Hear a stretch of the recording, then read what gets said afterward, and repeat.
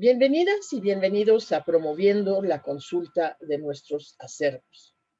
La Asociación Mexicana de Archivos y Bibliotecas Privados ACE presenta hoy una información en torno a lo que ofrece uno de sus miembros, que es Munzahemi, Centro de Documentación y Asesoría ñañu.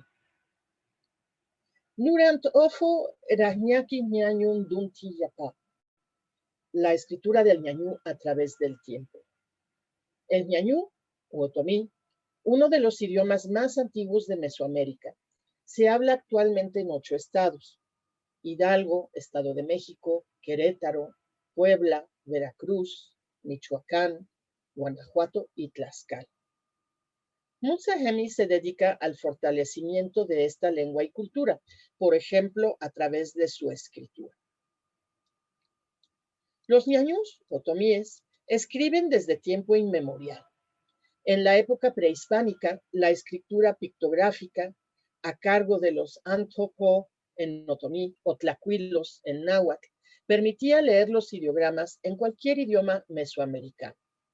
Eran como los símbolos que hoy usamos en Windows, en las computadoras, tan útiles por representar objetos e ideas que pueden leer los hablantes de muchos idiomas que comparten un conocimiento en torno a estos símbolos y al uso de la computadora. Presentamos aquí la lámina 11 de la matrícula de tributos, en la que aparece Jilotepec, la región conocida como el Riñón Otomí. Y percibimos aquí los ideogramas que representan los tributos, es decir, los impuestos que tenían que pagar las personas de los lugares cuyos glifos están representados en la imagen. Tiene esto también escritura en alfabeto latino, puesto que los españoles, para poder entender bien lo que decían estos ideogramas, pues daban una explicación en español sobre el mismo texto. Después de la conquista, los indígenas de las élites aprendieron a escribir a la usanza europea, con los frailes. Les encantó esta escritura que habla, es decir, que representa sonidos, y la aplicaron de inmediato a sus idiomas. Si bien es cierto que la mayoría de los escritos de la época colonial estaban en náhuatl y en español, los dos idiomas que representaban a quienes dominaron Mesoamérica en los siglos inmediatamente previo y posterior a la conquista, también se escribía el ñañú. Los escribanos de las así llamadas repúblicas de indios utilizaron los recursos de ambas tradiciones para plasmar en papel los temas importantes de la vida civil, comunitaria y familiar. Por ejemplo, en los llamados códices Techaloyan o en actas notariales.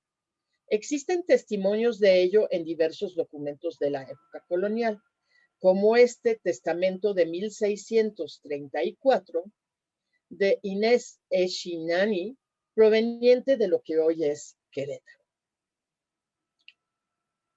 Los frailes y sus escribanos produjeron durante la época colonial una serie de vocabularios y artes, es decir, gramáticas, así como catecismos en los que se usan los recursos de escritura prehispánica y los caracteres latinos para escribir en y para los niños. El ñañú era y es un idioma difícil para quienes lo aprenden como segunda lengua, por la complejidad de su estructura, y por ser tonal, como todos los idiomas de la familia otomangue. Así lo expresa desde el título Antonio de Ágreda en 1770, en su arte breve para aprender con alguna facilidad la dificultosa lengua otomí que vemos en pantalla.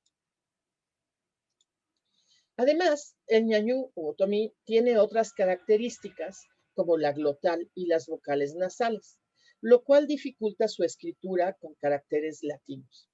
A lo largo de los siglos, quienes han escrito en ñañú han buscado diversos estratagemas para resolver esta limitación del alfabeto, lo cual para la impresión significó la elaboración de tipos móviles especiales. En los manuscritos, cada autor utilizó los signos diacríticos que le parecían convenientes. Y con el tiempo se fue dando un consenso que facilitó la lectura de los manuscritos y los impresos. Por ejemplo, Luis Neve y Molina publicó en 1776 sus reglas de ortografía, diccionario y arte del idioma otomí que estamos viendo en pantalla.